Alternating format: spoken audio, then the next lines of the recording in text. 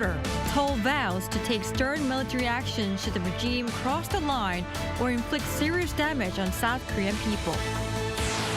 Seoul and Prague seal dozens of deals on nuclear energy partnerships, forging a so-called century-long nuclear power alliance. They ramped up cooperation in other areas as well. Fears of an all-out war between Israel and Hezbollah escalate, with Israel saying it will do whatever is needed to return evacuated residents of northern Israel to their homes safely.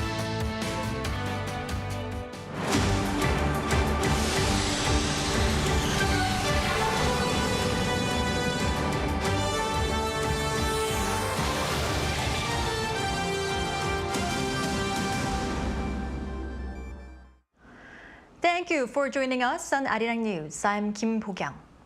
We start with North Korea's repeated sending of trash-carrying balloons towards the south. This time, some 30 balloons landed in South Korea's territory. The military in Seoul sent a strong warning today, saying it will take stern action if the balloons pose a serious threat to people here. Our defense correspondent Bae Eun-ji explains more. Several trash-carrying balloons were spotted flying over Yongsan on Monday morning, near South Korea's presidential office in Seoul. They were launched by North Korea on Sunday evening as the regime resumed its balloon campaign, 4 days after a similar launch was made. Around 30 balloons carrying trash, paper, and plastic bottles landed in parts of Seoul and Gyeonggi-do province on Monday. Some of them even temporarily led to suspended flights at Incheon International Airport. South Korea's military, which has refrained from directly shooting down the balloons, has said it will not hesitate to take action if the balloons pose a serious threat to South Korean nationals. If the trash balloons from North Korea pose a serious threat to the safety of our citizens or cross the line, our military will take stern action. It added that the fundamental measure to put an end to the balloon campaign is to demonstrate that the enemy can gain nothing from them, but declined to further elaborate on exactly when the military would determine that the North has crossed the line or what the response measures would be. According to the JCS, North Korea has sent a total of 5,500 trash balloons since late May. They have been sending these balloons to protest against the anti-Pyongyang propaganda campaign by North Korean defectors and activists in South Korea, who regularly send over balloons carrying food, money, and leaflets criticizing the North leaders. In a tit-for-tat response, the South has been using frontline loudspeakers to blast broadcasts of propaganda messages and K-pop songs. Bae Eun-ji, Arirang News. Leaders of the Quad Security Dialogue have condemned North Korea's ballistic missile launches and its pursuit of nuclear weapons. In a statement following their summit in Wilmington, Delaware this past weekend, the heads of the U.S., Australia, India, and Japan also urged the regime to abide by UN Security Council resolutions and to refrain from further provocations as well as to engage in dialogue. The Wilmington Declaration also shared concerns about North Korea's military cooperation with Russia and commitment to rid the Korean peninsula of nuclear weapons. Also in the U.S., the top diplomats of South Korea, the United States, and Japan will meet on the sidelines of the annual UN General Assembly in New York on Monday. This will be the first meeting in 7 months between South Korean Foreign Minister Cho Tae-yeol, his U.S. counterpart Antony Blinken, and Japanese counterpart Yoko Kamikawa. They last held talks at the G20 summit in Brazil this February. The three are expected to look at trilateral security cooperation, following up on agreements made at the Camp David summit, as well as discussing North Korea's recent provocations. Last Friday, the U.S. marked an annual day to honor its heroes of war who could not make the journey back home from the front lines, including those who went missing during the Korean War. A similar event also took place in Seoul. As our Kim Jong-sil reports, the event was smaller in scale, yet poignant. Every year on the third Friday of September, Americans across the country honor U.S. soldiers who became prisoners of war or were designated missing in action. But this year, a new step was taken. On September 20th, U.S. President Joe Biden designated the date as National POW MIA Recognition Day. The day serves as a reminder of over 81,000 American men and women who remain missing from conflicts around the world, including more than 7,400 from the Korean War. In Seoul, at the War Memorial of Korea, a ceremony was held over the weekend. U.S. soldiers, chaplains, South Korean citizens, and supporters came together to remember those who never made it home. A solitary table was set with empty plates and glasses, symbolizing the absence of those still missing. Participants stood together as names were read aloud as a reminder of the 7,465 soldiers. Colonel Martin Cho, garrison chaplain at USAG Humphreys, said he feels a mixture of sadness and gratitude. Thanksgiving coming up, but they have no those family members together, so very up and down emotion today. But I'm so happy today we held this historical event in Korea. Remember Together 7697 chairman Han Jung-yun's mother was pregnant in Hwanghae-do province during the war. Wanting to leave due to the bitter cold, their fate changed when a couple of U.S. soldiers helped them board a train heading to the south. When I saw the remains of U.S. soldiers returned from North Korea in 2018, I thought maybe those who saved my parents could be among them. That moment changed everything for me. As the U.S. continues its efforts to account for all missing soldiers, events like these serve as reminders that these men and women are not forgotten. Chairman Han and others say they are committed to ensuring their legacy lives on. Kim Jung-sil, Arirang News. In other news, a host of deals were sealed between Seoul and Prague, a nuclear energy partnership, and more during President Yoon's visit to the Czech Republic last week. Our top office correspondent Oh Soo-young reports. South Korea and the Czech Republic adopted a joint action plan and dozens of deals to forge a so-called century-long nuclear power alliance. This came as President Yoon Suk-yeol made a 3-day official visit to Prague, after the Czech government selected the South Korean consortium as the preferred partner to build 2 nuclear units at its Dukovny power plant. Yoon's trip aimed to lay the groundwork to secure the final contract, with the two governments agreeing on a set of joint measures to develop their strategic partnership, which marks a 10-year milestone in 2025. The signing of 13 memorandums of understanding related to nuclear cooperation signifies that the institutional foundation has been firmly established. The Korea-Czech Nuclear Power Alliance means cooperation across the entire nuclear ecosystem, including technology, operations, research and development, and workforce training. Regarding complications posed by US firm Westinghouse, which claims intellectual property rights over Korean nuclear reactor designs, the official hinted Seoul is working with Washington to overcome the dispute and forge a win-win partnership. The Korea-US Global Nuclear Alliance means we will cooperate to enhance energy security and enter the global nuclear market through highly efficient, clean energy and nuclear power in response to the climate crisis. With over 50 MOUs concluded during his trip, Yoon also sought to ramp up cooperation with Prague in areas beyond nuclear energy. The bilateral trade and investment promotion framework aims not only to expand trade and investment, but also collaborations across various industries. A new supply chain and energy dialogue will cover advanced manufacturing, supply chains, carbon-free and civil nuclear energy. Further deals aim to foster cooperation in batteries, railroads and transport infrastructure, and reconstruction projects in Ukraine.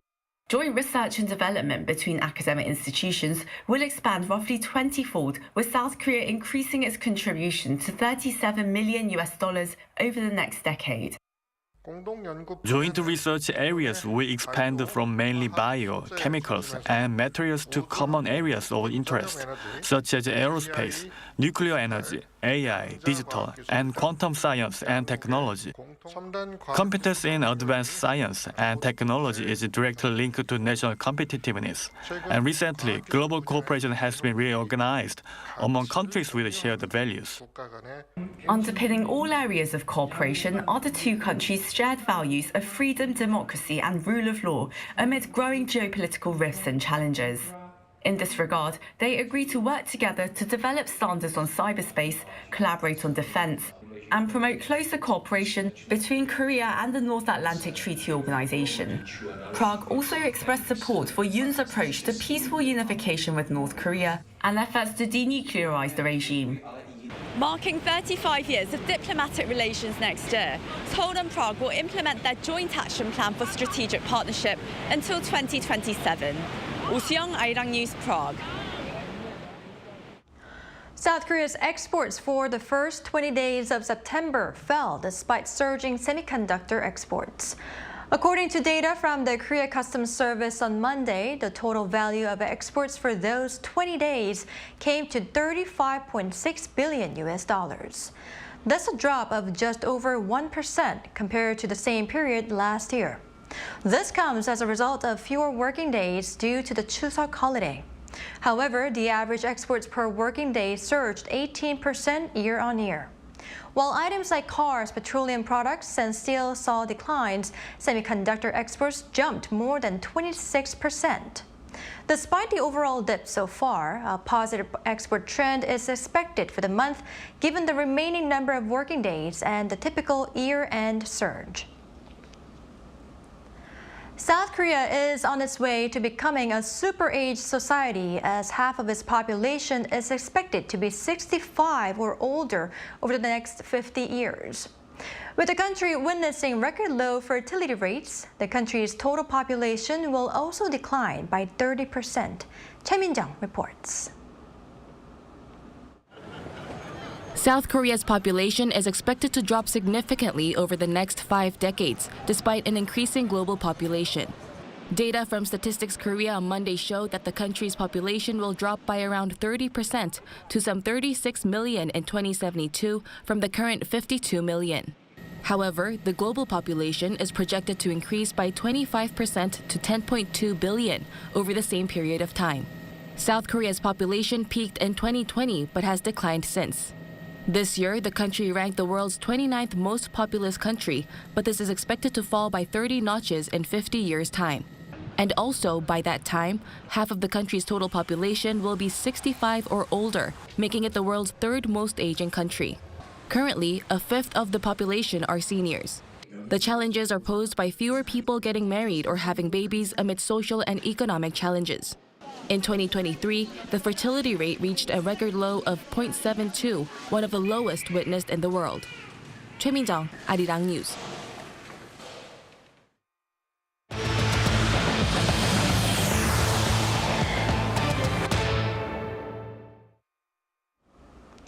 In the Middle East, Israel and Hezbollah continue exchanging heavy fire amid fears of an expanded all-out war. Choi Soo-young reports. The Israeli military said it carried out large airstrikes in Lebanon against Iran-backed Hezbollah on Monday morning. This was in response to detecting Hezbollah's plan to launch a major rocket attack in Israel.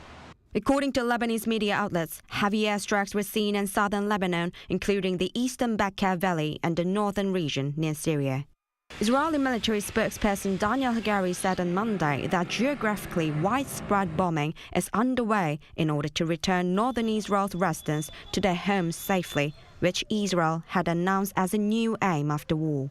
The IDF will engage in extensive precise strikes against terror targets which have been embedded widely throughout Lebanon. The Hezbollah terrorist organization has been continuously launching attacks on Israeli civilians and has no plans to stop. He also stated that they will do whatever is necessary to achieve this. And he called on residents of southern Lebanon to keep away from Hezbollah posts.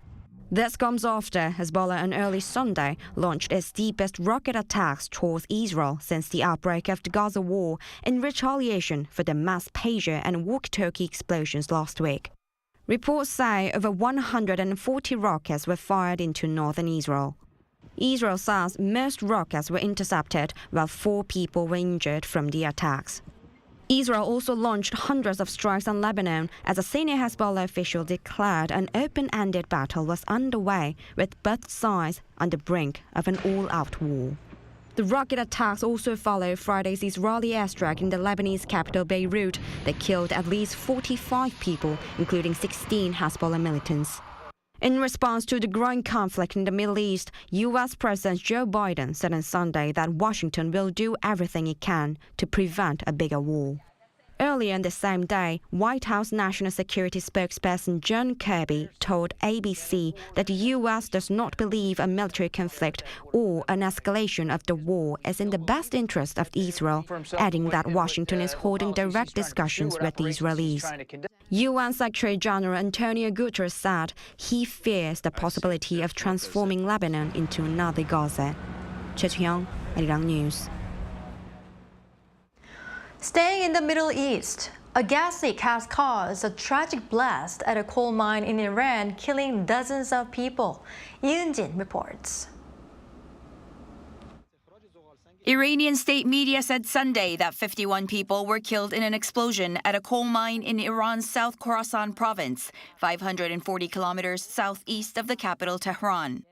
The explosion, which occurred, according to IRNA News, in blocks B and C of a section of the Tabas mine, operated by a private Iranian firm, the Madanju Company, at 9 p.m. on Saturday night, also left around 20 people injured. The governor of South Khorasan said there were 69 workers in the blocks at the time of the explosion, 22 people in Block C and 47 in Block B, adding that it's unclear how many survivors are trapped inside the mine. Reports also said the explosion was caused by a methane gas leak. Iran's Supreme Leader Ayatollah Ali Khamenei and President Masoud Pezeshkian expressed condolences to the families of the victims, with the president adding that the best efforts would be made to follow up on the situation. A local prosecutor said gas accumulation in the mine has made search operations difficult, but that the priority was to help those injured and recover people from under the rubble. Ordering an investigation into the incident, authorities said potential negligence and fault for the explosion would be dealt with at a later date. Meanwhile, Iran's labor minister told state media that the mine went through inspections last month and there were no safety regulation violations. With 76% of the country's coal coming from this region, the Tabas coal mine covers an area over 30,000 square kilometers, and according to the IRNA, is considered the richest and largest coal area in Iran. But Iran's mining sites have seen accidents rather frequently. In 2017, an explosion at a coal mine killed 43 miners, while another last year, likely caused by a methane gas leak, resulted in 6 deaths.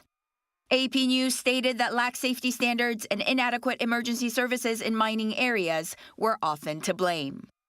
Yoon-jin, Arirang News. Meanwhile, in the U.S., Vice President Kamala Harris stands slightly ahead of former President Donald Trump in the latest public survey, and the sentiment in swing states remains even more closely contested. An Sung-jin with the details. With around 40 days left till the 2024 U.S. presidential election, the two candidates are seeing a neck-and-neck race. Democratic nominee Kamala Harris is enjoying a slight lead in a recent CBS poll released on Sunday, which was conducted on more than 3,000 registered voters.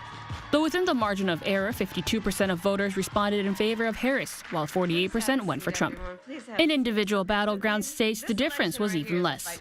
In a poll conducted on voters from 7 swing states, including Pennsylvania, Michigan, and Nevada, Harris was ahead by 1 to 2 percentage points compared to the former president.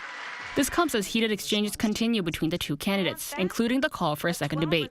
Harris has accepted an invitation from CNN to participate in another debate with her counterpart, as she's set to release new economic proposals this week. Well, you probably heard I would like another debate, so I'm hoping the former vice president will agree to that. But we have a lot more to discuss. However, Trump has turned this down. The problem with another debate is that it's just too late. Voting has already started.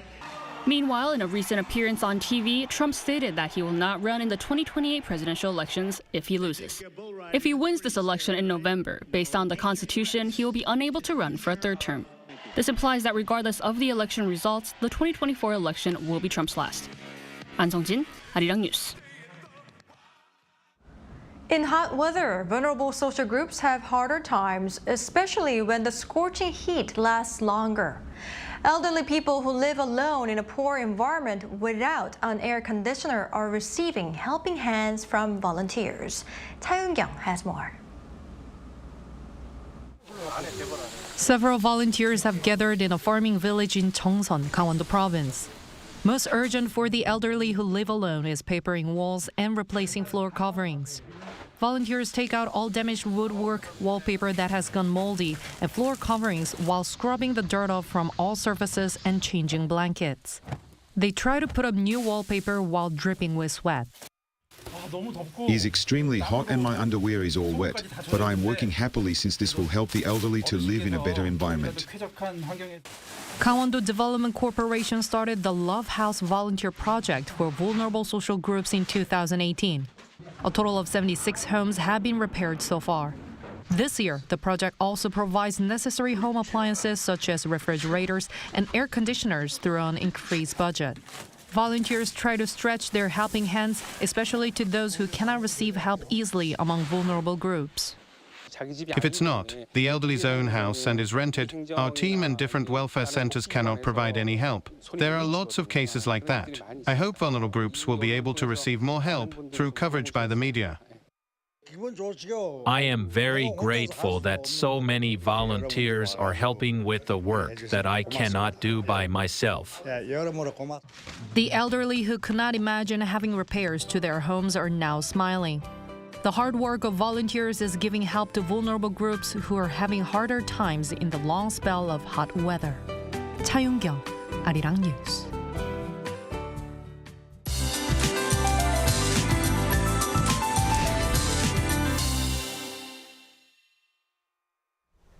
The blue autumn sky was revealed today and clear weather continued in inland areas. For the time being, large daily temperature differences of 10 to 15 degrees are expected, so make sure to bring a thin jacket when you head out. It's raining on and off on Jeju Island. Tomorrow between morning and day, there will be some rain on Jeju Island. In addition, Jeju is expected to receive up to 20 millimeters of rain on Wednesday. The East Coast, the coastlines of Gyeongsang-do provinces, and the coastal areas of Jeju Island will be flooded with waves until Wednesday. High waves can cross seawalls or coastal roads, so please be careful when approaching the waterfront. Tomorrow, Seoul and Gyeongju will start off at 16 degrees Celsius. Daily highs will move up to 27 in Seoul, Daejeon, and Daegu, Gwangju, Busan, and Jeju, 28 degrees. It will be mostly sunny in the inland areas throughout the week. That's all for Korea. Here are the weather conditions around the world.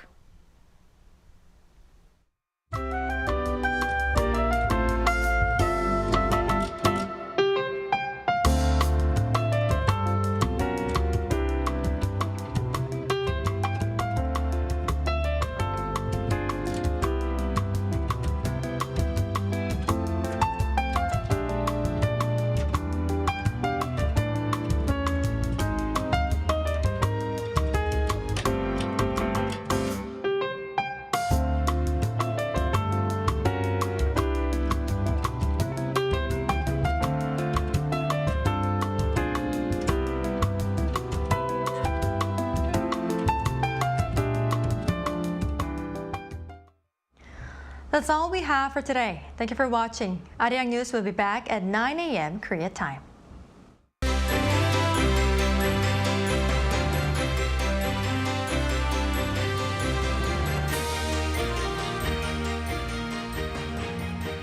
요즘 한국에선 어떻게 노는지 알려줄까?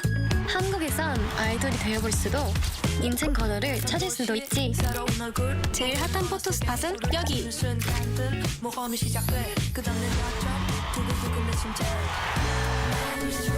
한국은 분명 너에게 새로운 영감을 줄